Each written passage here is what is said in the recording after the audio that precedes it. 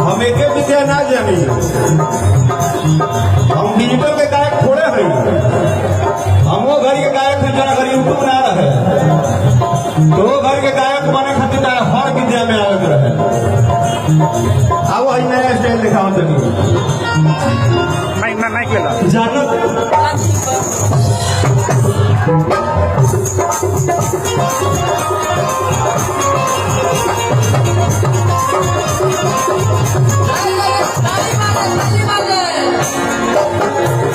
जोड़ा देखे राजा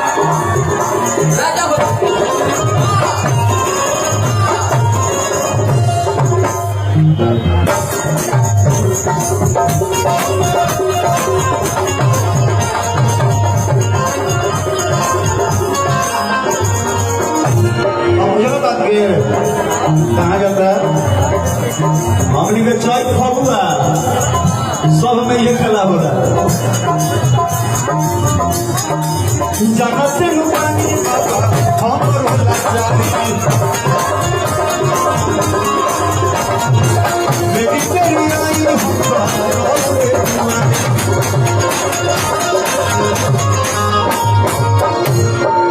कि तेरे ना लगाई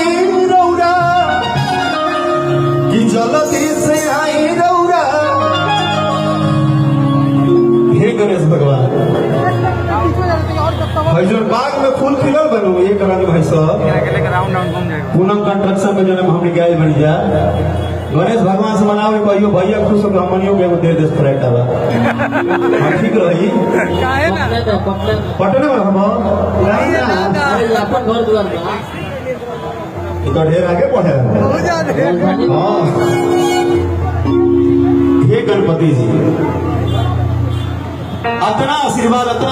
कि पूरा दुनिया में जेने जाए जाओ ने पूरा कंस्ट्रक्शन के बोले लोग बहुत मजा आई कि जगती से आई रौरा कि तेरे ना लगाई रौरा कभी हमनी में बा हमनी के रौरे भरोसे बानी जा हमनी में खाली कमी बा कि बुद्धियों में पानी ना बेसी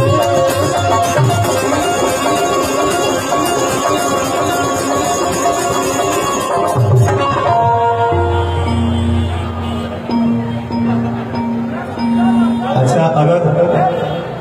आप लोग को 2 मिनट के लिए भी लगे कि गणेश भगवान से प्यार है तो जरा दोनों हाथों उठाइए ना पूरा पूरा मजा आ जाएगा। आगे पीछे जो भी भगवान से बढ़ के केहू ना ये होखेला अपन अपन माहौल केहू बनावे यूट्यूब पर हम बड़का भगवान से बढ़ के केहू नहीं थे कि बुद्धियों में पानी न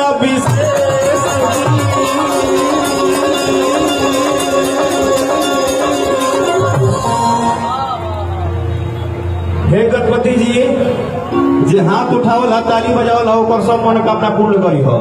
लेकिन जे ना बजावल हा उनकर मोबाइल चोरी हो जाओ आ जिन और तेज से नहीं बजल उनका डाटा खत्म हो जाओ आ ज्यादा तेज बना तो सीमे लॉक कर दो बड़े को What is this in the गलत सलत की बात तो देवी जागरण not in the yes sir not in the high house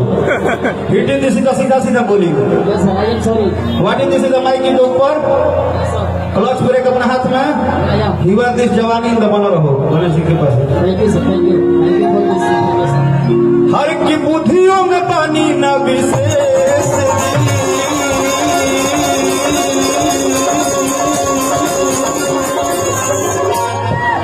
बताओ भाई लोग कश्मीर बॉर्डर पर जाए तो 25 किलो के गोली का चलाई लोग ताली बजा में हार जाता लोग कभी लोग जवान हो हार गए हम कहानी है ना बाबू के 2020 खेली हम कि आई बाबा आई बाबा आई एक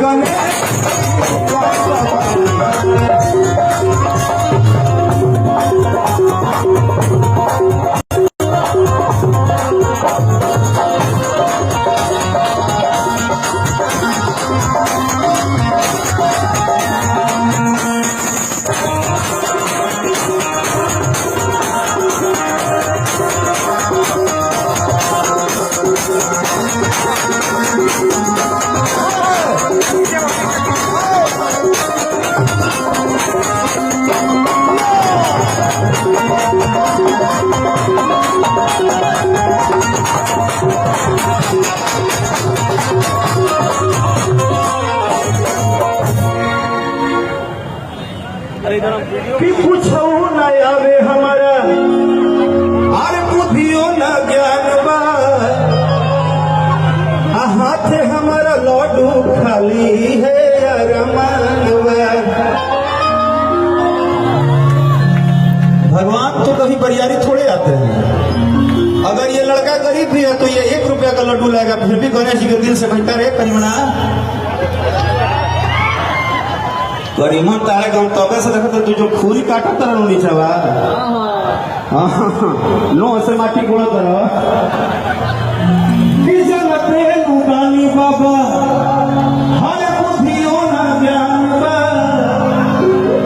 हाथ हमारा लड्डू खाली है अरमान बा।